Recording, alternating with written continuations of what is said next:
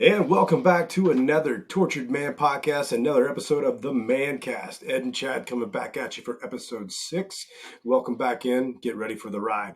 We want to start off today talking about the NFL. We're going to lead that into UFOs and also talk about HOAs. And the commonality among these things are the eye in the sky doesn't lie, meaning they are all watching you in one way or another. As a jumping off point, Ed, I wanted to tell you something about. I was kind of briefly talking to you about it earlier about that call that we keep going back to the controversial call during the Super Bowl. We've both beat this up, and I'm not here to do that. What I'm here to say is actually I'm very proud of all the Philly fans I've been running into lately, who just right away will just say, "Hey man, fair and square. What an awesome game! Freaking honor to battle it out with the Chiefs and Patrick Mahomes." Like everybody's been super stand up about it, and honestly, I always had like a bad sort of taste in my mouth about Philly fans because I've had some ugly run-ins with Philly fans in the past, to be perfectly honest. But I've been pleasantly surprised lately. And I think the reason why is because the eye in the sky doesn't lie, and you can't deny what you see with your own eye. So I grew up in Pennsylvania, and I can tell you right now, there aren't and there will never be any such thing as a pleasant Philadelphia Eagles fan. I tell you that right now. Yeah, but I just spent some time with the way they roll. I promise you. Only Philly fans make Raiders fans look congenial. So you gotta be. Don't give them too much credit. No, as a Chiefs fan, you will not actually disparage Eagles fans in that manner. How dare you? Hey, the Eagles were the first one to have a full-on operating prison system right inside of their stadium. So they do throw batteries at Santa Claus.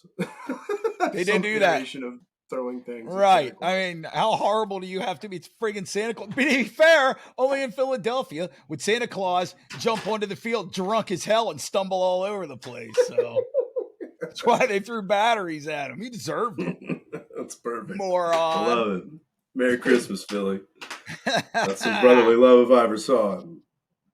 So yeah, but I to be kidding aside, again, you can't give Philly too much credit. I mean, there's actual evidence, and of course, for me, that Bradbury himself is right in the locker room afterwards, and multiple times on many different podcasts and in print, said, "Yeah, I totally held him." So it is what it is, but I do like to see fans being cordial enough to go, you know what? You won that game fair and square. And I'll say it again. Look, I'm no spring chicken here. I'm in my 50s. And if that wasn't the best Super Bowl I ever saw, it was one of the top two. It was just an amazingly great game. And I think how much we all hate refs, seeming like the refs have any kind of say in what's going on, has a tendency to get people upset. But I just don't think that it fit that particular situation, even though at game speed, it kind of looked that way. But when all the evidence came in, it was pretty clear. And particularly, look, if I accuse somebody of murder and they go, yeah, I totally murdered that guy, that's enough for me. I don't need anything else. And he said, yeah, I totally held him. And he admitted he didn't just grab him once, he grabbed him twice. So yeah, in two different levels of his route, he stalled him. Yes. So that's pretty egregious.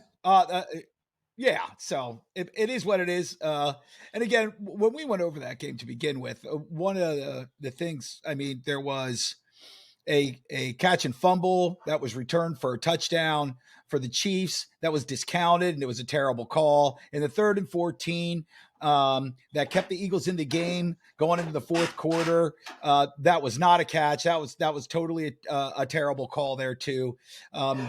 If the best you have at the end of the day is that the ref screwed my team from winning over a single play, then you didn't play well enough to win to begin with. True story. And I will, in this little spot about that game, about the Super Bowl, by saying it's been nice to be able to reciprocate with these pleasant fans by saying, "Holy shit, the Eagles are legit. Holy shit, Hurts is legit. Y'all are going to be right back in it. What a Look, freaking battle!" I always, It was so impressive.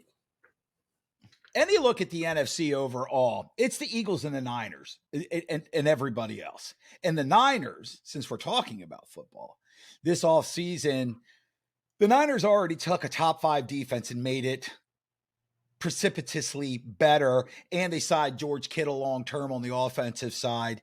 And they have 2 legitimate young quarterbacks that one of them is going to step up and take that starting job. And even if that guy goes down, they still have a legitimate starting quarterback backing him up. So, and I can't imagine that what happened to them last year at their quarterback position could repeat itself where you're getting down to your 4th and 5th string guys, right? So I think that San Francisco, to me, right now, if the season were starting and I was to say how many games I think they're going to win, they're going to be like a 14-3, 15-2 team next year. That's how good they are. No disagreement here, but I think the Eagles will be as well, and that's going to be the battle on that side for sure. Especially with Rodgers now being gone, most likely. Right. And now that's very interesting too. So I'll finish this thought with the Eagles and the Niners. Is that both of these teams are young. They're not carrying any dead cap space. They got a lot of things moving forward. Like all teams, they're going to have some guys that are going to have to go, or going to be dropped, or you're not going to be able to re-sign. Clark this year in Kansas City, for instance. So these are the kind of things that happen that seem like they can be devastating to a team. But in the NFL, if Pat Mahomes has proven one thing, and before him, many other quarterbacks, I'm just talking about because he's the best quarterback in the NFL right now. If you have somebody that can play at that level at the quarterback position, you're going to friggin' win no matter what, period. And if Jalen Hurts still has any naysayers out there that don't think he's the guy, you don't know what the hell you're watching at all. Stop watching football. You're an idiot, because that guy is legit. He is probably already now, especially if Aaron Rodgers moves over to the Jets, he's one of the top 3-4 quarterbacks in the entire NFC, and he's only in his 3rd year. Amen to that. But I'm actually gonna say that as much as Clark the Shark, thanks for everything, Frank. But as much as he's been such an amazing standout in the playoffs and in the championship games, he's very expensive. Or even when, oh my God, yeah, and should be, frankly. Honestly, he's earned that payday, production, right? But the production has fallen off throughout the season. The sack production, particularly, and I'm honestly, for the money he commanded or he could command, I was thankful that the Chiefs were moving on. I thought it was time to get younger and cheaper there at the position, and I actually think that they've done it. I think that they're with Charles Omenihu, picked him up from San Francisco. Dude's 25 years old. I mean, he's grading out as a hell of a defensive end. Top 6, top 10 in the NFL for pass rush. The thing is, Clark was such a beast at the run and the option. Like, he was really good at setting the edge, sometimes at the detriment of the ability to sack the quarterback.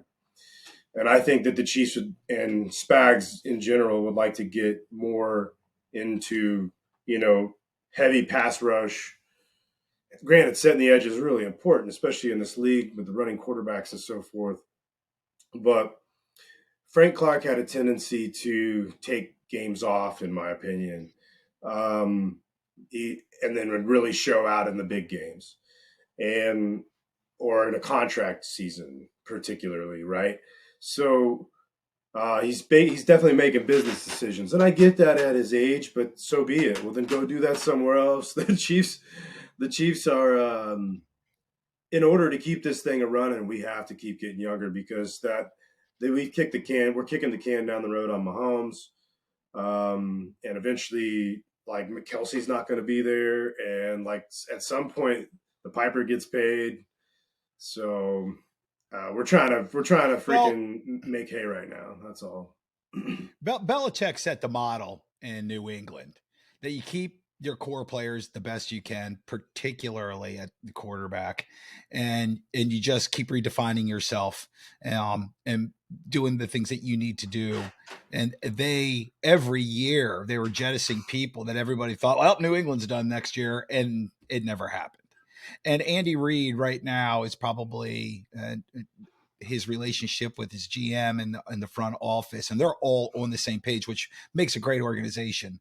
And Andy really knows what he's doing, and he's got a really good thing going on here. And I don't see any signs of it slowing down, only because for 5 consecutive years, no one has been able to slow it down. So why next year all of a sudden magically that would happen seems a little ridiculous to me. I don't think that'll happen at all. And I think that, again, the fight's going to be going through Kansas City, as it generally does and has been for quite some time now. I think the real difference is this guy that I think, Aaron Rodgers, who I find something very weird going on here. So the entire NFL, from our boy Pat McAfee to ESPN to all the other alphabet soup stuff to Colin Cowherd to all of them, that this is a done deal, right? He's going to the Jets. Well, this was a couple of weeks ago. Why hasn't he gone to the Jets? The deal's not done. Now, I was talking to our friend James about that earlier today, and we were trying to figure out if maybe because of the dead cap space money that is going to be owed, is that after a certain date, the money's less, and that's what they're waiting for? But we couldn't find any information on it in the search that we did. So I'm just curious as to why this hasn't happened yet and what's taking so long, if in fact he's going to move. And I know that there is a spot, and I can't remember the date, and it's right around draft time, either the week before or the week after, where's that first dead cap money space where it either gets protracted or it gets reduced. And I think that might be what's going on here. But I have to say to the entire NFC, what date? June 1st? June 1st, yeah. If Rodgers is designated as a post-June 1st trade, and Green Bay does indeed save $15 million off its cap. Okay, that's what they're going to do. They'd be crazy not to. Why would they want to eat an extra $15 million? That's crazy. Right.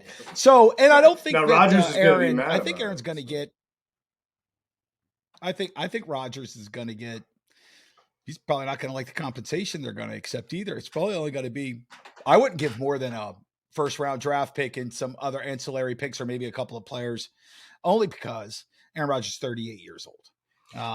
So you can't go, and go ahead. Green Bay started out by asking for this year's number 9 pick. And the Jets were like, nah, don't think so, Tim. No, it's not. We're not doing that. Number 9, no. Because here's the thing too.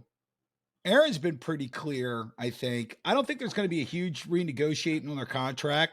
I think what the Jets are going to do, given his age, and Aaron being who Aaron is, I think like the Rams did and like Tampa did, I think that they're going to try to bring somebody in for just a couple of 3 years and see if they can get a championship out of it. So they're not going to sell or mortgage their future forever just for that, because the other two did do that, and now they're going to pay hell for it.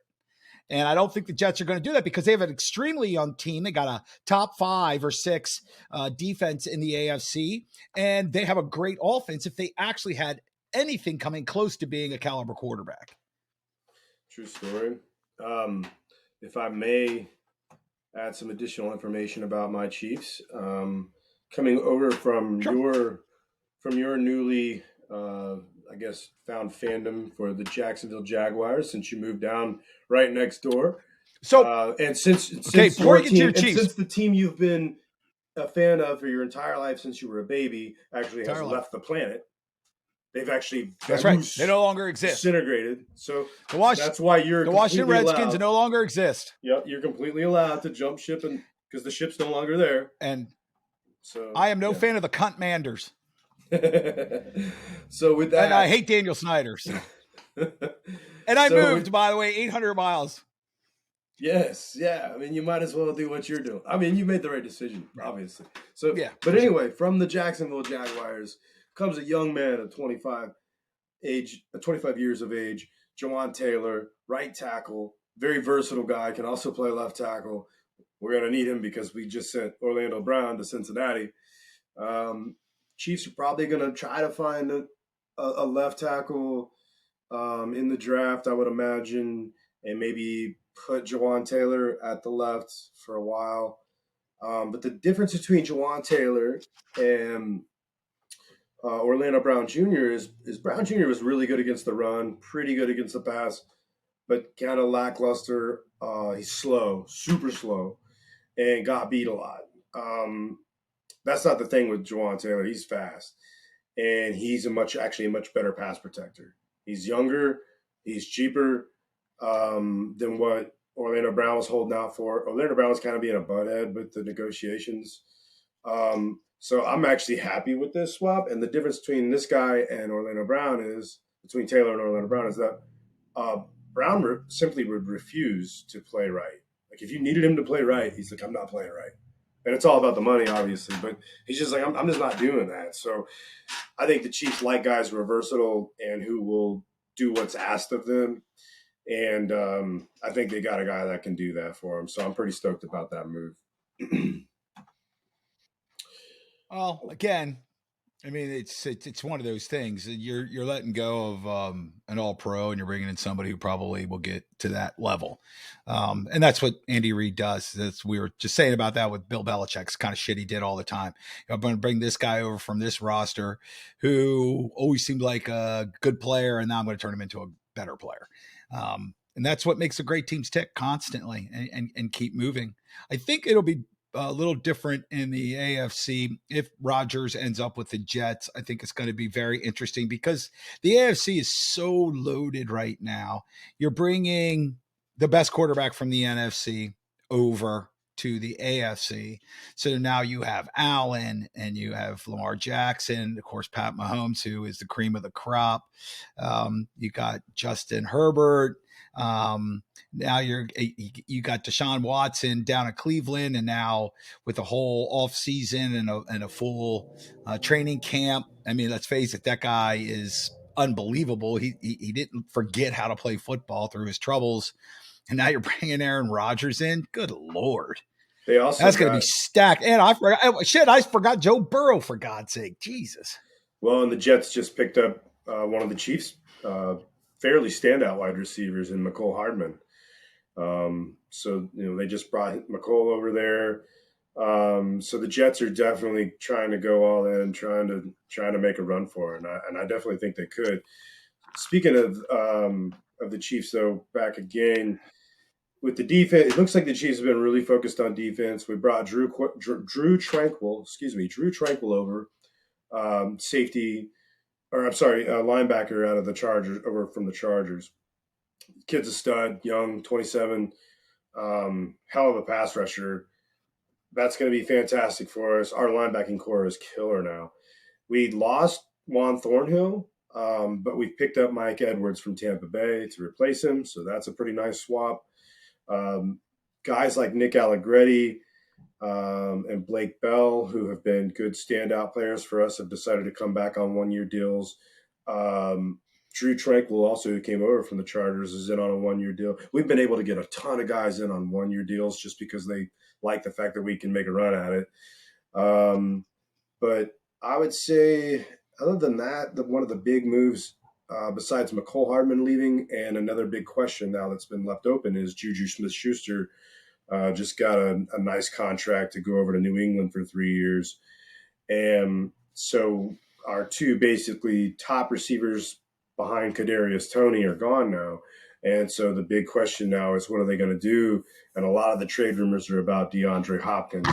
And I tell you what, man, I'd be pretty pumped if that happened. But I just don't think that seems like the Chiefs' style. Like historically, they just haven't paid veteran receivers money like that. It seems like they're more likely to try and pull a guy out of the draft, or do something like they did with Toney, where it's like a guy who's not working out on a team and they bring him over and try to see if they can make it work. I think Kansas City again is just going to be phenomenal the way they have been for years now. Um, it's great that they're addressing issues, even continuing to do so at a wide receiver. But to me, you literally could put my neighbor Jim across the street, who's in his 70s, and he could play wide receiver for Kansas City and probably catch 10 touchdown passes and go over 1,000 yards. And that's with a walker. Because there's, I mean, look, they took away Tyreek Hill, right? And he got better. So it's just the way this guy's different, next level kind of stuff. Oh, and by the way, Kelsey just signed the biggest contract a tight end has ever signed ever. And that's so he's good for, he's not going anywhere in the next 4 years. And as long as you have that connection, because as we saw in the Super Bowl in the first half, he's the one who kept the Chiefs in the game in the first half because they barely had the ball, and he made some amazing catches that kept things going on and the touchdown. And then in the second half, they literally used him as a decoy, and he allowed everybody else to be open for them to come back and win that game. Kelsey, in the second half of that game, while he only caught a few balls, literally was probably the most valuable player on that offense, with the exception of Pat Mahomes. Absolutely. Even when he's not in the game plan, he's still the most important guy on the field other than your quarterback, because he's drawing double or triple coverage. Yep. You got to bug three guys. Both times when they were, that's right. But look, both times when they were down and they ran that same friggin' hot dog play or whatever they call it to one side and the mistake to the other side. But both times, if you pull back and you look at the wide screen of those shots, Kelsey has a safety, a corner, and on the second touchdown, a linebacker all running around right behind him. That leaves people open. He's the most valuable guy on both of those touchdowns without even being near the ball. It's amazing to me how desperate teams are to try to cover him, because there are oftentimes where he just literally seems unstoppable no matter how hard you try. He's the only tight end in the league that I can ever remember in the history of my life where cornerbacks try to cover him and they can't. It's because he doesn't have routes. So as long as him and Mahomes, he does whatever he wants, just like Pat Mahomes kind of does whatever he wants, right? All by Kansas field. City's just a different team. Mm-hmm. When this whole thing's said and done, Jerry Rice and Steve Young, Jerry Rice and Joe Montana, or Michael Irvin was to Troy Aikman, and the lists go on and on and on and on. People are going to talk about Kelsey and Mahomes the same way. Like, that's right now, it is the most devastating duo in football, and it has been for 5 years. And it shows no chance of slowing down at all. I think in Philadelphia, they're starting to build some of that kind of character and connection on offense. They were so impressive in that Super Bowl. I'm still, months later, still just blown away at Jalen Hurts and what he did. Just remarkable. I was so impressed. So Philly's going to be great for a long time. San Francisco is a big story to me in the offseason, because what they're doing with the defense that was already top 3 in the NFL, they're going to be the best defense in the NFL next year. They're going to be frightening. And all they need is I think Lance is going to end up being their guy, because I think his upside is just much, much more, far more athletic, far bigger, far stronger. So, and with a rocket for an arm. So, and he started last year. So he was their starter last year. He didn't get into that position by accident. So I figure that will continue if he stays healthy and they do well. That's a team to look out for. I don't know what the Bills are doing right now, but they have to address the fact that Stephon Diggs is their only clear option on offense for Josh Allen. They need help. And they don't seem to be addressing it currently, and I'm not exactly sure why that is. But Josh Allen can't do everything himself. True story. He needs somebody else to go to. They really need, to me, they need a wheelback. It's just somebody to give him a safety valve who can get out anywhere on the field and get open. Well, until they give him some help. They're really, really, really courting D-Hop, and he's apparently really interested in them. And I guess Hopkins put on his Insta or something, some lyrics to Buffalo Soldier, Bob Marley, and alluding to Buffalo.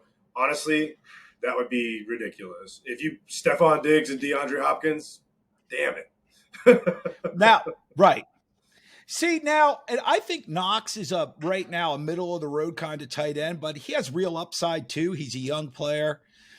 If you can, right now, there's so much pressure on him because he's really the only other option. You bring in DeAndre Hopkins, and now you just took some of the shackles off of this young tight end. He's built more in the George Kittle kind of frame than a Kelsey, but that's not a bad. That's not bad. That's not saying anything demonstratively bad about him. He can be more important to the office, at least in the way that he can block. He's a big guy, 6'5", 250-ish. The Kelsey to me is a wide receiver with a tight end put at the end of his at his position, but to me he's more like a slot receiver the way they move him around and the things they do with him.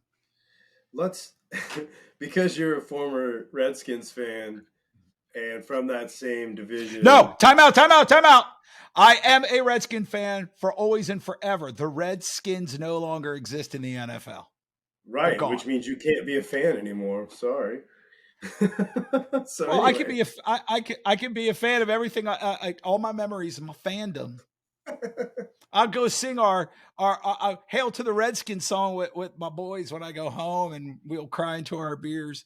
But at least I got somebody worth following now.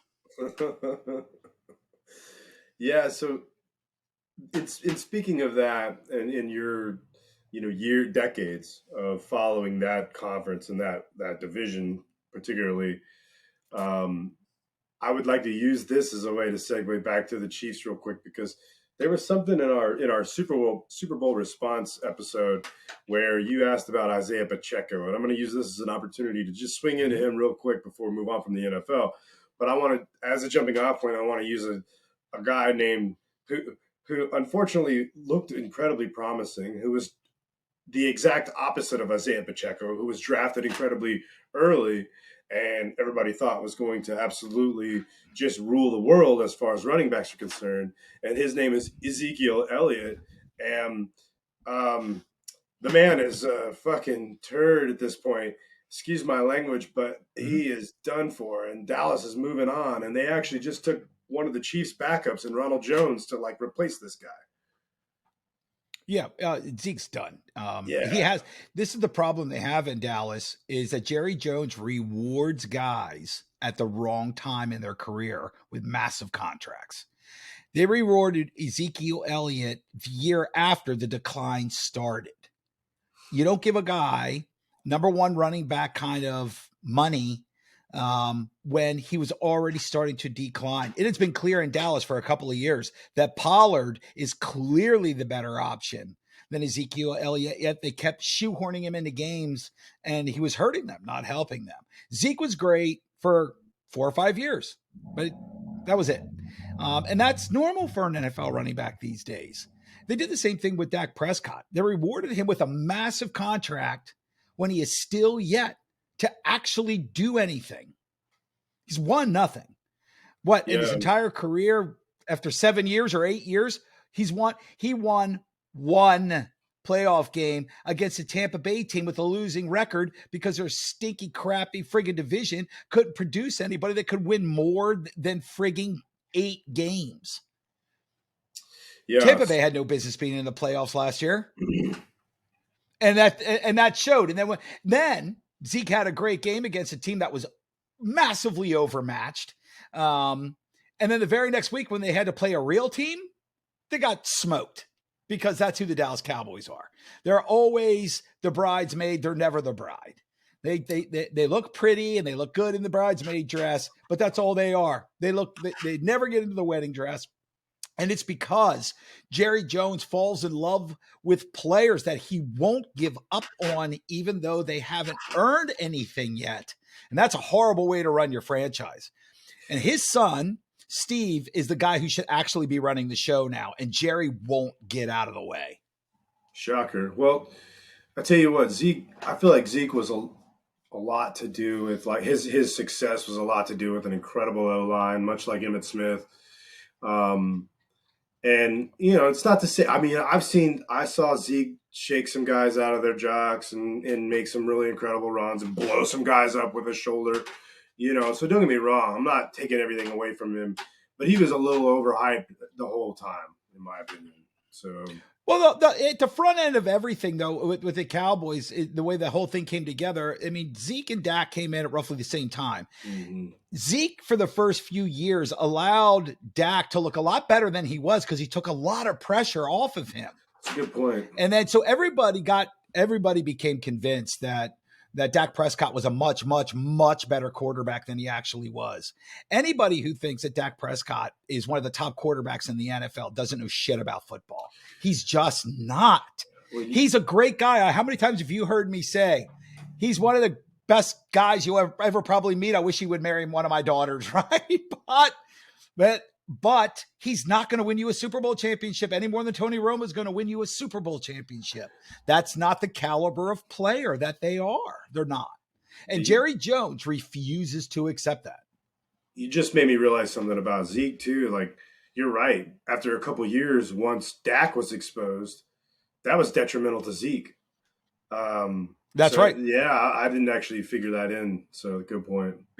Because now they can load the box and knock him on his ass because now they're no longer afraid, right? So defenses attack Dallas in a different way, and Dallas's players, and I think the thing I find interesting about Jerry Jones is like with the Commanders, and the whole time that they were the Redskins before that under Daniel Snyder, the reason they have most of the problems they did is because the guy running the show just didn't seem to really care about the team. He cared about his own image or he cared about money, but he was never a guy that ever connected with his own fans. Hell, he sued some of his own fans. He's a piece of shit. Right. But Jerry Jones loves the Cowboys in a way that I can't even begin to understand or explain to someone, right? He's not doing any of this because he doesn't love his team. He's got so much passion for it that it clouds his judgment when it comes to huge contracts and stuff like that, to players that he prefers. And that's a terrible way to run your team as well. Yeah. The way you run your team is where you can go, you know what? We love this guy. He's done great for us. Matter of fact, he's won 6 Super Bowls or 5 Super Bowls for us, but we got to let him go now because it's time to move into the future. Great teams like the Patriots, they know when to say goodbye and when not to get themselves in cap hell trouble so that they can give a B plus player A plus money. And that's what they did with Dak Prescott last year. You can't give Dak Prescott guaranteed $180 million. He's not that good. True story. So anyway, I'll use that as a jumping off point for talking about running backs here briefly. My man, Isaiah Pacheco.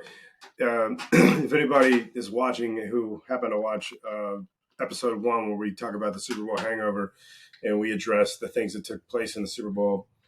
I was talking about tight ends. Ed asked about a cat named Isaiah Pacheco, and I misunderstood, so I kept talking about tight ends. But I felt bad going back because I'm like, man, this guy, he deserves some attention. He is a stud. He was awesome in the playoffs overall. Yeah, man. This kid was drafted in the 7th round. The 7th freaking round from Rutgers, right? Rutgers running backs, what? 7th round, what? And this guy is amazing. He took Tyreek Hill's number and ran with more anger than Tyreek Hill. Like, crazy. Like that's the most amazing thing. The way he runs jumps off the film. He's only 5'10". He's not a big guy. But it's so violent that you're like, holy shit, look at this guy. And it causes him to get yards. Like, he's a stud, man. I love that kid. And he's apparently just like the best rookie ever. He's just like a sponge and just trying to figure out any way he can, learn more, do things to make the team better. He just sounds like he's the most thankful person to be there. 7th, he almost didn't get drafted. And now he's, Super Bowl ring, right? So amazing. Love this kid. Super cool story. And, man, shout out to Brett Veach and Andy Reid and all the people in the Chiefs office, front office for seeing the 7th round, running back for what it was. This kid's a stud. He's not going anywhere. And that's another Oh reason no, and why.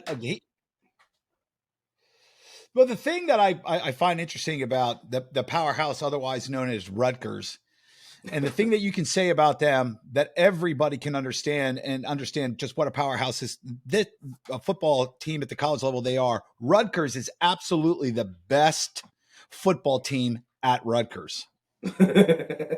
True story.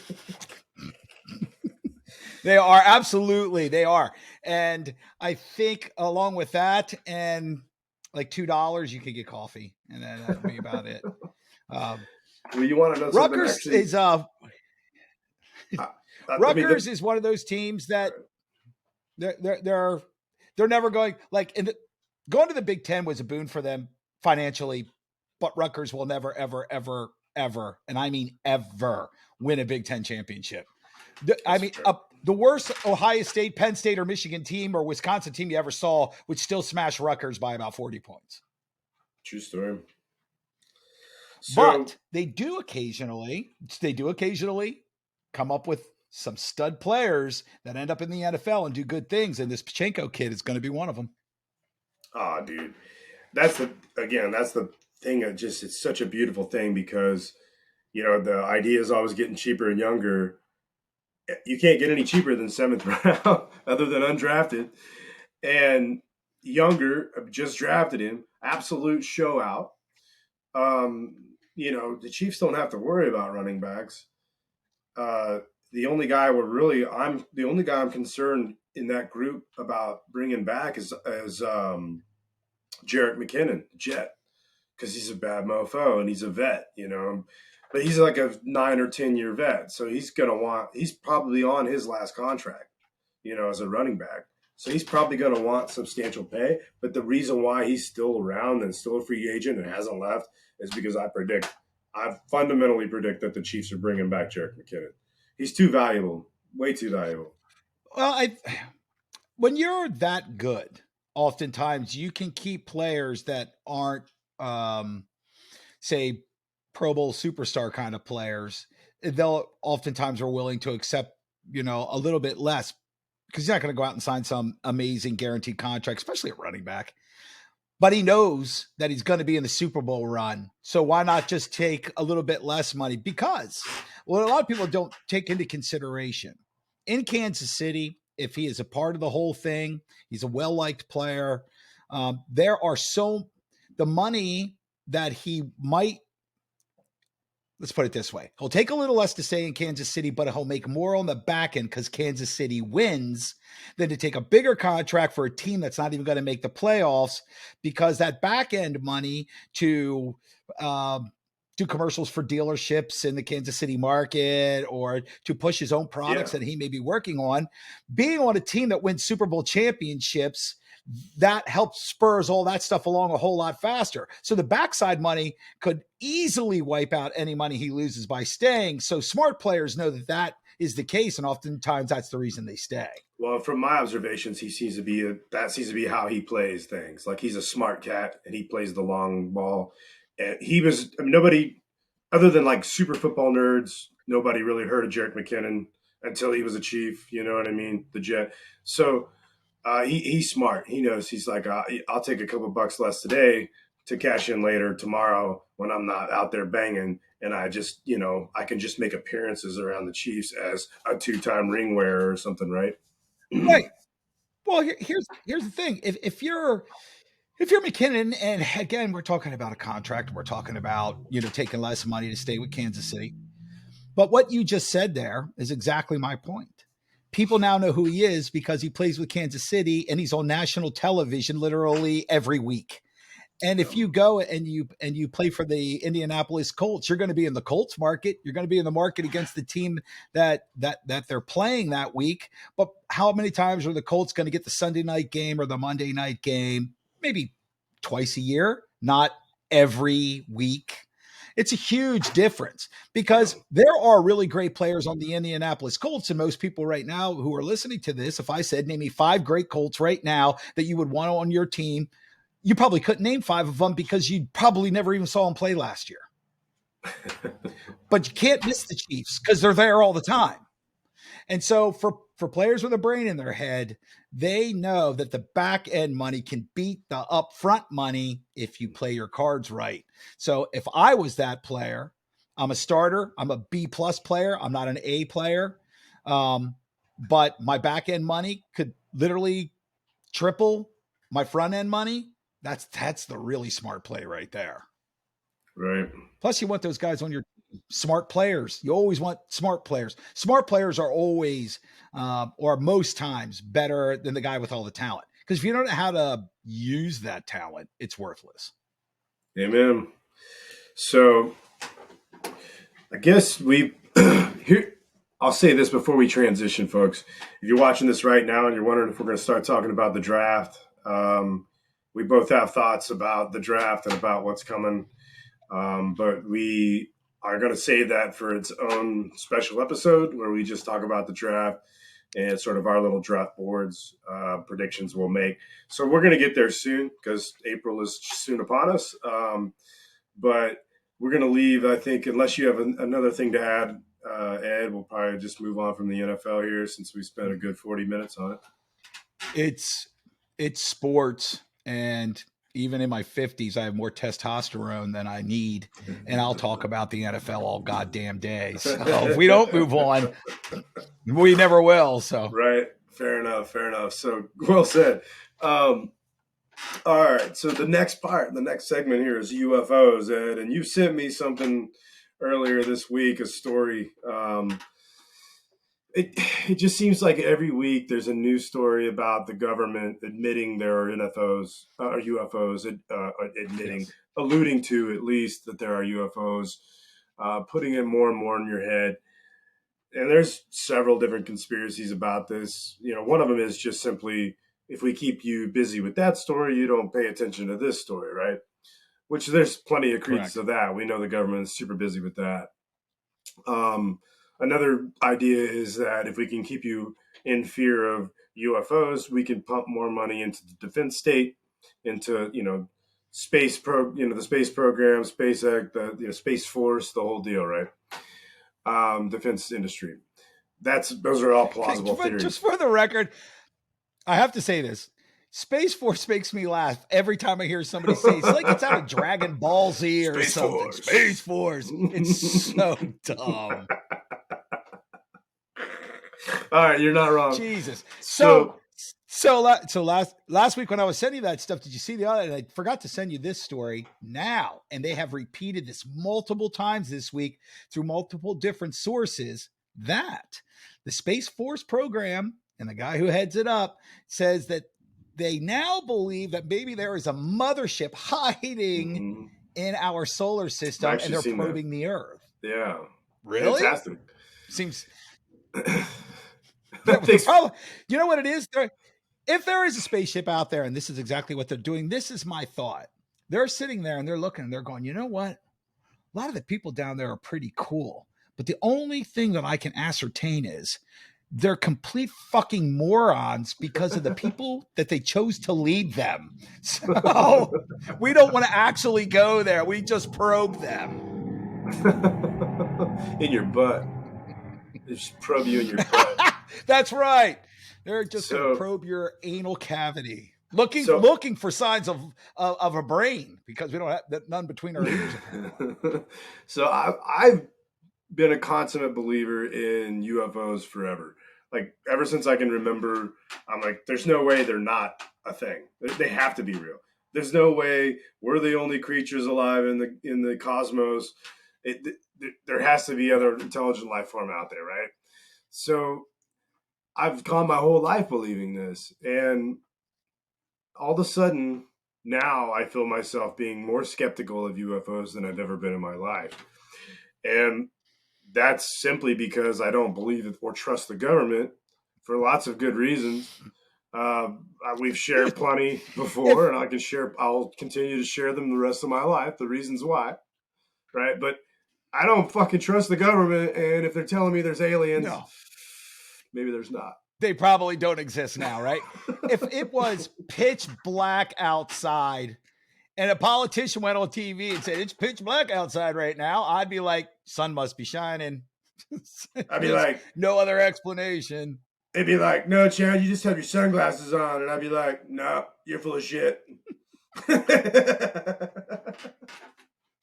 Yeah, I don't see no aliens. They ain't real, government. I don't buy it. You're bullshitting me. I Oh, know it. it's You're so always bullshitting me. crazy. I caught you So, again, government. but but they're out pushing this narrative. It seems a lot lately, which really concerns me. What are they covering up? What are they shifting or try to shift our focus from? That's an interesting question to ponder because they can be very. I mean, our government's as shifty as they come. Confidence in our government for is even amongst people that believe in big government. I mean, across all spectrums in this country, our Congress is trusted by roughly 11 to 13% of the population. Could you 11 to 13%? And that's because we now know, or anybody who pays even a modicum of attention, is that our government is only there for themselves, and they don't even read the bills they write. Lobbyists and bureaucrats are writing everything. Giant corporations are writing all our rules, laws, and regulations, everything to benefit themselves. And so there's no reason. So if people in our government are actually telling me that they believe that there are aliens out there, I no longer would believe that either. No, thank you.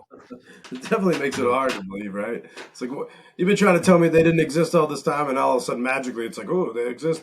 It makes me wonder, right? So I'm thinking they finally figured it out. Project Bluebeam is upon us.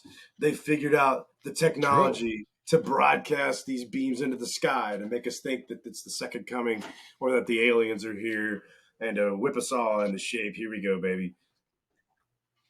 Right there's some other things that, like, some of the things it could be deflecting from. It could be a myriad of things, and one of the things that I find very interesting has been happening this last week is that all of a sudden TikTok is a grave danger to the United States and its children.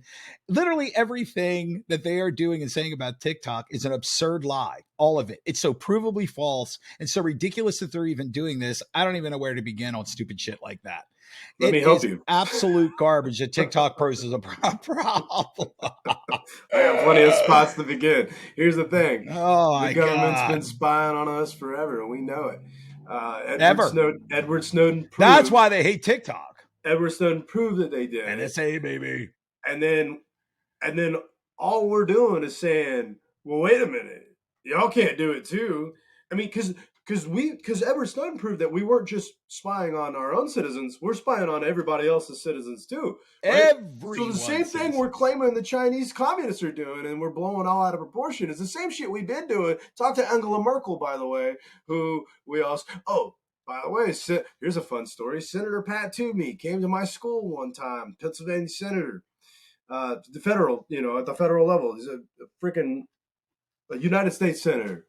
He was at my college, at York College, and I somehow got invited to this talk.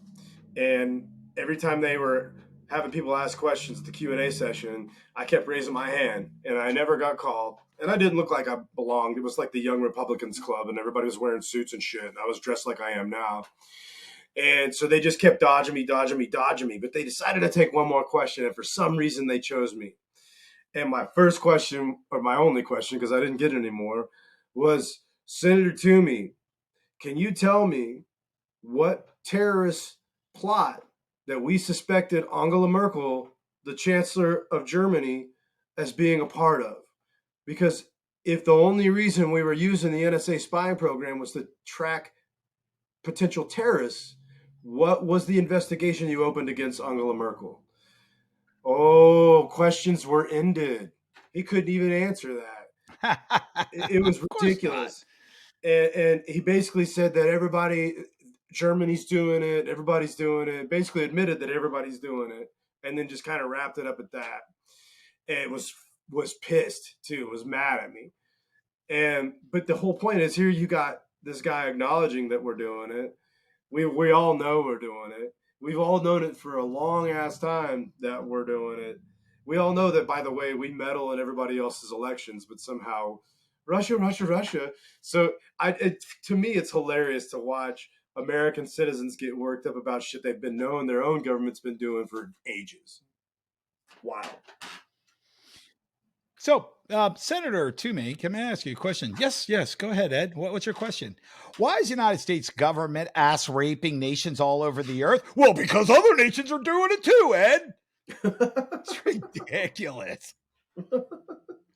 That's your answer. Well, shit, everybody else is doing it, so why not us? So to your point, TikTok and why they're doing this is because TikTok, as much as I despise communist governments, TikTok is not trying, whether they're trying to capture our stuff, our protocols and security and our 5G in our country already protects us from that.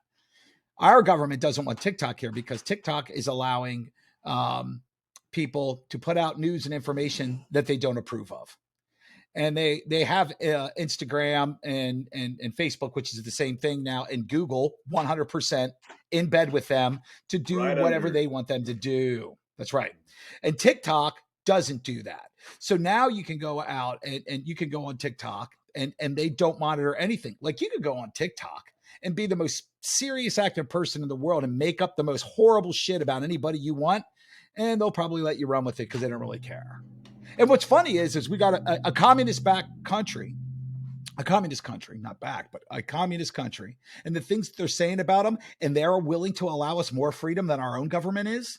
What the hell crazy shit is that? About it.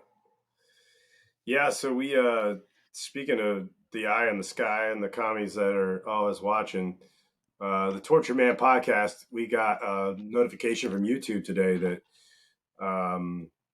they have identified certain content to not be available or eligible for users under the age of 18. They've assured that they haven't applied any strikes to our account.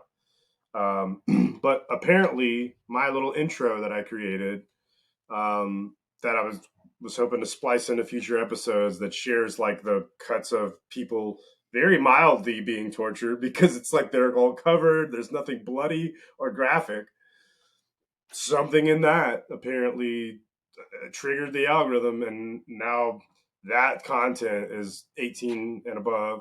Now, here's the funny thing. Like, if you're 14 years old, I can guarantee you, if you're on YouTube, you're not logged in as being under 18 unless your parents are really watching you. And honestly, I don't really... It's like when you go on an adult... It's like when you go on an adult website, it says, "Are you 18 or older?" Yeah. Yeah, so I'm a 13-year-old boy with a jack-off fetish. I'm going to say no. What the hell?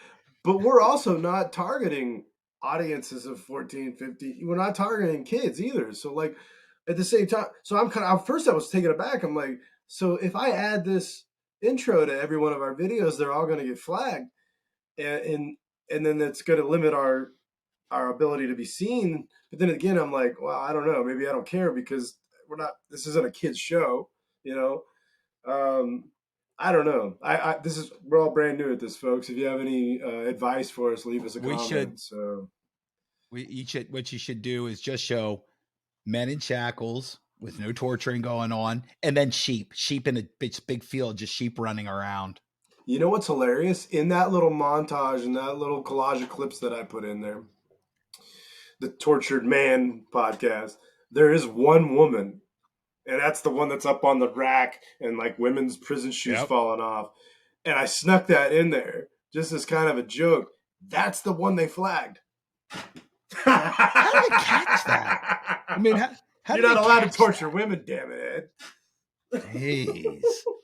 Can only torture men when they go to prison. So that's right, buddy. Oh my God. The stupidity of everything never ceases to amaze me. It's crazy. Yeah, another thing that was going on this week too. So as long as we're jiving with politics and stuff and UFOs or whatever. Another thing that I found very interesting this week, just ancillary stuff that's out there, is Jean-Pierre Lacringe or whatever her name is. I just call her Lacringe because she makes me cringe every time I see her. But the White House, the media, and their nonstop insistence that Joe Biden has never once in his life ever talked to anyone in his family about their business dealings. There can't be anyone on earth who is conscious or has an IQ over just one IQ point who believes that. It's the most, no family in the fucking world doesn't talk about that kind of stuff. The lie is just, it's perpetual. It never ends. All week, that's what they kept saying, because now they have proof. The very first bank statement that the Republicans get in Congress, and they can conclusively prove $3 million of payouts to the Biden family, and Joe doesn't know. You don't think Hunter Biden didn't go to his dad and say, dude, I got $1 million friggin' dollars today? Come on. It's so insulting. And I'll say what I said, I think it was either last week or the week before. LaCringe Pierre is the worst mouthpiece for a president in the history of the entire world. I do not know how this girl has her job. She's horrible, man. I can't even watch her. I'm telling you what, in my lifetime, only one, Dana Perino. That is the only press secretary I ever believed a word coming out of her mouth. That's it. She's the only one. Kayleigh McEnany chick is pretty solid. She's a runner-up. The chick that was for Trump. But if you go back to another Trumper, Sean Spicer, he looks good against LaCringe, which is the weird thing. Like, he was terrible, right? But against LaCringe, he looks like completely professional. Like, he looks like the biggest, most unprofessional alcoholic douchebag you've ever seen. And then, like, he was supposed to be like a pit bull, right? Just rah, rah, and just trying to get the press to go away, because he never made any sense. He was drunk. Yeah, well, they replaced him pretty quick, and Sarah Huckabee Sanders did a better job. And then, if that's how that went, but Kayleigh McEnany, when she stepped in, she was good. She was really good. Yeah, she had her shit, Dana arrows ready to go.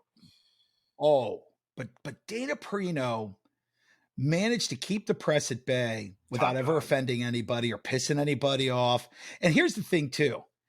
Then I got to look at Dana Perino, which is never a bad thing to have happen to any male human who is straight, because that woman is a knockout, man. And she's literally a fine wine. She has only gotten more beautiful. It's weird. This woman is now in her 50s, and she's better looking than when she was in her 30s. She's stunning. I don't know how she did it. Just keep doing it, sweetheart. I love Dana Perino. We talk about her before. I have a lot of respect for her. I mean, all the male, my God, she's so hot kind of stuff out of the way. I think she's brilliantly smart. She's very well thought out. And I like the way that her mind operates. And I also have a great respect for people whose use of their own verbiage and syntax is almost flawless. And she's amazing with that stuff, man. So I have mad respect for her. And if Dana Perino is saying something, I'm more likely to believe it coming out of her mouth than pretty much anybody else I'm going to see on a news program. You know what I mean? And she just comes across as authentic to me. And that, whether it is true or not, it certainly comes across that way. But actually, I've read her books and everything. She's a pretty on the level as far as they go. Well, like you said, she's super careful and professional. Like, it's hard to find her making statements that are hyperbolic or incendiary or just, kind of like loosey-goosey. She's also very empathetic. Right. And she doesn't agree with maybe one of your positions. She never has to be insultive or combative about it. And she'll have a conversation with you and simply explain why she believes you're wrong without attacking you or making you feel like you're an idiot. Right. And that seems to be the default move for everybody that's in politics or that is in the media today. Is their immediate reaction is to try to make you feel stupid for even bringing up anything that you may not agree with. And I like when people like her, and there's others, we're just using her as an example, but she doesn't do that. I've never seen her in all the years. This woman's now been in when it comes to our politics and it comes to people that you can watch reporting politics. Dana Perino has been in the limelight now for over 20 years. And I've never heard her get snarky, nasty, or make anybody feel bad for their position. And in our world today, that is so rare. And she's up to me a breath of fresh air when I hear her talk, because I prefer that approach, that you don't feel the need to insult. And I also believe that the reason that she doesn't feel the need to be insulting is because whether you agree with her positions or not, they come from an honest place. So she truly believes what she's saying. You don't have to be combative or insulting because somebody doesn't agree with you. Yeah, absolutely. And indeed, she is the consummate pro, never comes across as the Karen.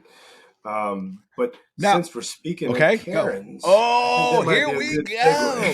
unless you have something The else to talk HOA about. Karens. So the antithesis of Dana Perino would probably be a lovely neighbor. Yes. They are Oh, excuse me. unfortunately I got did. choked up Yes, thinking I about being her did. neighbor, didn't you, buddy? She's probably got a really nice I have one. pool, and She can anyway, come to my let's pool. just stop there. So fair enough. So anyway, um, there is a thing called HOAs. What's the acronym stand for?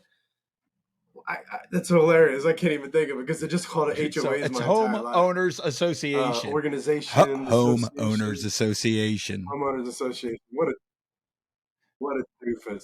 So Horses. anyway, with homeowners Right. associations, HOAs. They're homeowners.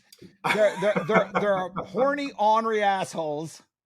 So so this is something that Chad and I, to our audience, that we've talked about on and off over the years. Anybody who wants to live in an HOA deserves whatever the hell they get from the HOA. That's my take on HOAs. If you're willing to allow people who their whole lives have never had any power at all, and now in their 60s or 70s get elected to your HOA board. One of my best friends in my whole life, and and also a very, very close friend to Chad, our boy Joe, and Joe knows who Joe is. Of all people, Joe is the president of his HOA. Who the hell gave Joe that kind of power? Come on, man. That's crazy. my So, kind of right. HOA Well, if anybody's president, going to Joe. do it, I'd rather have Yeah. him doing it. But you're giving people, particularly the Karens and the Kens, people who have never had power in their life, who just revel in coming to your house to measure your mailbox or to make sure your fence is the right color. What the hell? No, no, thank you. You're going to tell me we don't allow Yeah. people to plant mums? What? No, no. Right. Yeah. Nope. So I have no interest in Or HOAs. you can't add that shed back I there. don't want to live in a gated community. Zero interest in Yeah, I don't want to live in a HOAs. gated community. It's Not not my my thing. jam. Look, Yep. I get that you're going to buy a piece of property, you're going to put a lot of money into it. It's probably going to be the biggest purchase you're ever going to have in your life. And if you have an HOA, at least for some of them, in particular HOAs in gated communities, some of what you're paying for is that the value of your place will never go down because you have a neighbor beside you who's piece of shit, doesn't take care of anything, their place falls apart. And locations, everything. It's hard to sell your house if the one directly beside it is a total piece of crap. But the liberty constitutional driven person that I am tells me that if that's what my neighbor wants to do with his house, it's his friggin' house and that's what he can do with it. And so while I may not like it, it's still not for me to say. Because if that same neighbor took his car and decided he wanted to drive it into a brick wall, okay, whatever. It's your car. Do whatever you want with it. And that's the two sides of the coin. Like, so for me, it's worth not being told what to do with my property, um, to take the risk that my neighbors could let their property fall to shit and that would affect me. To me, I'd rather have the freedom and extend that to them and deal with whatever repercussions may come from that. Before I'd rather have some sort of contractual obligation that I must do X and they must do X. That said, the other side of the coin is, yeah, there are HOAs that exist for a reason, and plenty of people, they involve themselves or they enter into these HOAs because they that's the way they prefer it. They want everybody to agree that we're all going to take care of our shit, that we're going to keep it all up top notch, and that everybody's values, everybody's home valuation will continue to stay in neck and neck with each other and continue to rise because nobody's letting their Right. property fall, in disrepair and affecting everybody else. So here's my thing. As much as I hate HOAs and will never be involved in one, it's a Correct. voluntary Yes. obligation, right? It's an obligation once you volunteer to do it. And once you volunteer and you sign your name to the freaking dotted line, guess That's what, right. bucko? It's your job to Right. So if you can't oblige that fly an contract, American right? flag, or they don't allow trick or treaters in your neighborhood at all, or you're not allowed to put up Christmas decorations, you knew that when you signed the contract. So that's on you. Don't come crying about it later. It's Of stupid. course it It's is. asinine. It's absolutely I hate it. I always I'm always like Phil. I always feel for the guy who can't put up his flag because the stupid HOA, or he can't build his shed out back because of the stupid HOA, or he can't put up the fence the height that he wants because of the stupid HOA. And I feel bad for him because of who I am. But again, I won't enter into that contract because I don't right. want to be held to that contract. And if you enter into that contract, sorry, but you did that, princess. That's not on me. So go ahead. Do you Well, have when it something comes to else? the HOAs too, I mean there Uh, are some HOAs that get so restrictive. Like there's a giant HOA near me here, and I actually looked at a house in there. I wasn't seriously considering it, but I just wanted to see inside, and the place was amazing. I have to admit, everything is perfect. Everything is manicured. The people who own lots in there, and some of the lots are up to a half an acre, they don't even cut their own grass. That's all part of the deal. Everything is meticulously maintained. But some of the downside of that deal is people who like to build like you, and people who don't know Chad, he's an amazing carpenter, as well as an intellectual, and many other things. He does have a small penis, but whatever. Um, but in their contracts, like if you wanted to, let's say you, the eye that's in the right. If sky you and doesn't lie. let's say you and Ann were going to have another child, right? And you wanted to build this child an amazing bedroom to stand on their own, so they have their own space in their own room. You would have to hire a pre-approved contractor by them. You couldn't do the work yourself. They don't even allow it, right? Yeah. So that's crazy to me that you can't even work on your own home. You're not even mowing your own grass. What? But I did look through the contract that was presented to me. Here's another thing, because in there the HOA dues are huge. If my refrigerator goes out, they'll change it for me. Right. But Wow, here's that's some of pretty the cool. downside. Inside of that HOA, Is that so you don't put it in your front yard like so many Georgians hey, do? look, they make great coffins and beer coolers. Um, A good yeah, hiding yeah, spots well, for children playing absolutely. hide and seek That's who never are found right. again. That's how we keep the child population under control down here in Georgia. I'll tell you what, right now, you lock yourself in a refrigerator in the Georgia summer, you will die. You are not coming out of that one okay. I mean, here we are. Woo! That's It some is still spooky March, shit. and today it is 92 degrees. That's Georgia, man. Yeah. Wow. So, That's yeah. balls, dude. So that's Georgia. Wow. We're back. So But it's weird. Is like James. For those who don't know, James is a very good friend of ours. He's family to me, and James and I are brothers. But we went to a U-Pulla today for parts that he needed for his beloved Jeep, and it's 92 degrees. I didn't even sweat. I mean, you just become so accustomed to the heat. The 92 degrees in March doesn't seem all that hot to you. Just doesn't. But I wish I lived. fuck you. I'm coming to see you in But if we had August. an HOA here, What a if we stupid had an month. HOA, some Karen in that HOA or Ken would make sure it couldn't be 92 degrees in Georgia today. They wouldn't like that. So, but All right. Well, with that, the other side of the coin, though, right, is not just the Karens who want to uphold the contract and want, to read you the right act or to turn you in for your blinds not being the right size, or your siding is one shade off of the colored tabulation that's allowed. Um, there's the other side, and that's the people who they did come into this contract. They Mm-hmm. did agree to take care of their stuff, and then they did not. And they live next door to you, and they start to make the place look like Sanford and Son. And then when you try to talk to them, they basically give you the finger and they tell you to buzz off. That would be so. Again, if you're the type of person that wants to be in an HOA, that would be incredibly frustrating, because you thought you were moving into a place where there were like-minded people who all entered into a contract to do this thing, and all of a sudden there's a person next to you that's decided not to do that thing. And 5 years ago, when you first started deciding that, oh shit, this place is really falling into disrepair, maybe I should bail before it starts to really affect my property values, people like me. So let me just go ahead and full disclosure. I'm talking about my mom right now. This is an actual story of an HOA situation. My mom lives in suburban Kansas City, and she is in an HOA in a very nice community. And she's not a Karen, but she is someone that cares. And when the place really started getting bad, she just tried to like kind of let them know in a very like loving way and like nudge them like, hey, you guys go to the lake every weekend and maybe you want to fix your deck that's falling apart. And that like kind of started bad blood because they didn't want to hear it.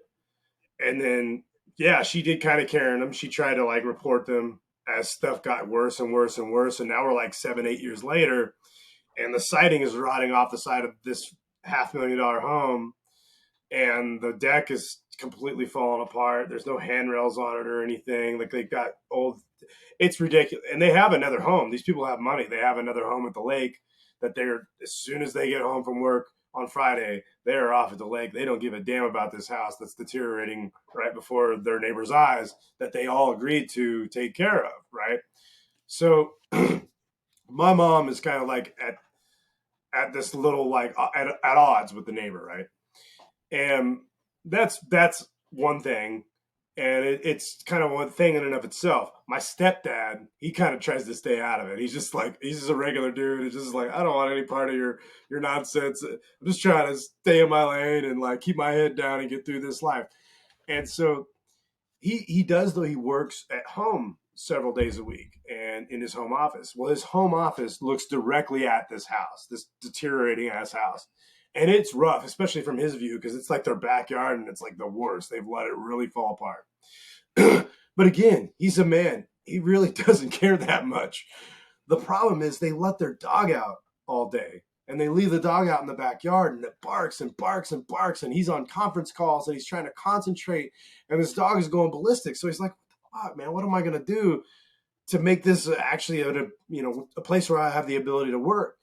And so he goes online and he sees that they have this like special thing you can put in your yard that if a dog barks, it will respond with a really loud and very high pitched, inaudible to humans, a very high pitched sound that will then like bug the dog and discourage it from continuing to bark.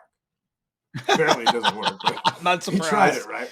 So, so he gets this little, yeah, he gets this little unit for like $40 off of Amazon, and he goes to his father's place and he gets a fence post and he brings it back, and he sticks the fence post in the yard and he sticks this monitor there, and it's pointed at their house, and it's supposed to hopefully battle the dog barking. So fast forward a couple weeks, and the neighbors finally didn't, I guess, weren't so busy with the lake and leaving and doing everything else that they finally looked in their backyard. That's a hovel. And they finally noticed this thing that my stepdad had set out there, right? This like thing that's supposed to bark back at the dog. Well, the problem is these people misconstrued that thing for a camera. And they just assumed that this isn't some sort of audible thing. They actually thought that this was a camera that was faced towards their backyard, And I guess that was just constantly monitoring them in some sort of creepy way. And so my mom is Kathy, and I've just for her privacy, I've taken away her last name here. Um, but these are the signs they put on their hovel deck back here. That the Bible says to love thy neighbor, not to spy on thy neighbor. As your neighbor, can you show the grass really is greener on the other side of the fence? Kathy, your camera focused on just our yard is a huge invasion of privacy. Shame on you. So like rather than like come and just talk to the neighbors, be like, yo, did you put a camera up like looking at our backyard? They instead like made took all this time and went and bought plywood instead of using plywood, the new plywood to fix right. their siding. They used it to make signs. So what is It's the madness, point of this bro. It's madness. HOA if why isn't the HOA doing anything? So the police, bro, they called the police finally after days of this, and I guess it didn't. Since my stepdad had no idea why he couldn't figure, they couldn't figure out why these signs were there. He never put it together that his thing was back there, and my mom didn't even know he had it. So she had no way of connecting this either. And so finally, the cops came, and they were like, are you surveilling their house? And my mom is like, what are you talking about? You're crazy. These people are insane. They're lying. How could they even say there's a camera focused on them? And then like the cop is like, well, can you just show me your backyard? They're claiming there's a camera back there. And so my mom walks back there with the cops, and there's this weird device she's never seen before. And she's like, so then, so then my stepdad has to come out and clarify everything. He's like, no, look here on Amazon. This is only an audible device. It's a speaker and a microphone. Like, here's the dog, and it blasts the sound. We're not surveilling them. This is crazy. Anyway, I just thought that was a wild story. But so the eye in the sky sometimes does lie. but I'm still confused why their HOA didn't go to these people and fine them for not following the HOA rules. That's part of the deal, right? Apparently they've got a bunch of notices, but like one of the things about my mom's HOA in particular is like it's one of the few in her very wealthy area that doesn't have a lot of teeth. Like they're kind of a little more like soft. And I guess they keep sending papers and like trying to assess some sort of penalties, If I but was your these people mom, just pretend like I they would don't just get it. stop paying You my know, HOA dues and say no. Nope. You're not doing anything. You're not helping. This is pointless. I'm paying you for nothing. that's a And she very should strong also send point. them a letter and want every dollar she's ever given them refunded. And then she could give it, and Well, then she could I pay mean, a she's decided to contractor to just go fix move. their house. Well, she's decided to just move, and that's what I would do. You Like know, I I had mean, to, I'd just be like, all I right, lived beside. I later. had a neighbor years ago who was just a total asshole, and it's a shame when that kind of stuff happens. When you have someone that's just completely Oh, I out of their remember. minds. I mean, there's nothing you can do about it. But Mhm. my ex-wife and Yeah. I were very patient. It didn't take long because we knew that white trailer trash piece of shit wouldn't be able to pay his mortgage for very much longer, and he didn't. So he was gone in a hurry anyway. Let the problem Right, work itself right, out, because right? they were just garbage, and that was from the word "get," and they didn't last. And but you know that the people who originally owned the house beside me when I moved in there, I love that family, especially the old guy Ralph that lived there. Man, he was so cool. Mhm. So, Absolutely. but you know, live and learn. The next people that came in were awesome, and that guy that moved in beside me there, but you know, before we left, um, he was um, the main butcher at Warrington Farms. So he used to give me Mhm. free meat and shit all the time. Which is a pretty nice Yeah, he little would come home and connection. make these great. He'd make Oh yeah. great these cheap. He'd come out. He's grilling almost every damn day, even in the winter. And he'd be like, "You want a steak? You want this? You want that?" It's like, damn right, I do. Hell yeah, hook me up, bro. So Yeah, and it was real steak instead of this meat glue shit that we're going to talk about with Jeff Slavin in a month. Yeah, well, I was having an interesting conversation just yesterday with another friend of mine, Alex, at a little get together we had down the street at Ashley's place, and we were talking about that he is like a foodie like we are and likes real high end stuff, and then he was saying that one of the things that troubles him is whether it's the glue together or whatever, that the Kobe beef and the Wagyu beef and the stuff that everybody is claiming they have, it's not that at all. It's not even true. And people are buying something that in actuality, they are not even getting. Wagyu beef, if you're going to buy a steak, is like $150 a pound. You can't buy that at your grocery store. It's insanity. And when they put that kind of stuff on their packaging, it's misleading.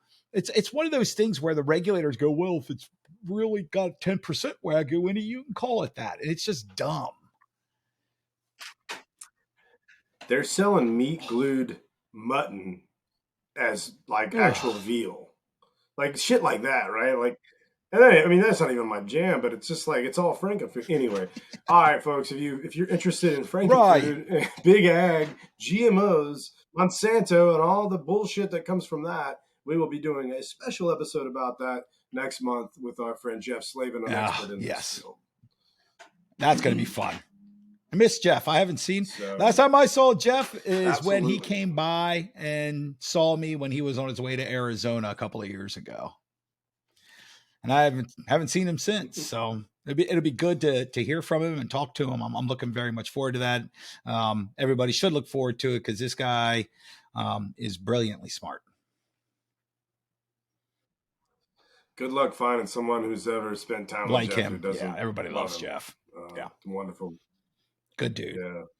Even though his dog, all right, even though he has a mean dog, and his name is Dog. By the way, Dog. That dog only likes one person on earth, and it's Jeff. What? It is. Yeah, holy balls! What a weird dog, but he was a wild dog that Jeff took in. So wow, we've been rolling here for a while. Man. We got $120 in here, so yeah, we should probably wrap this thing up before it gets too long for folks. The NFL is be part of our topics often, especially when an NFL season comes here. It was good to talk about it. We haven't really touched the NFL for a little bit, so hope people got something good out of that. Aliens clearly aren't real if our government's saying they are real, and HOAs suck because just like government, you pay into them and they do nothing for you. And that's pretty much the wrap of our show. True story. There you go. So it's tyranny that you pay for. No, thank you, folks. Absolutely. And with that, thank you for tuning in to the Tortured Man Podcast, episode 6. We appreciate you, folks. And come back for another one next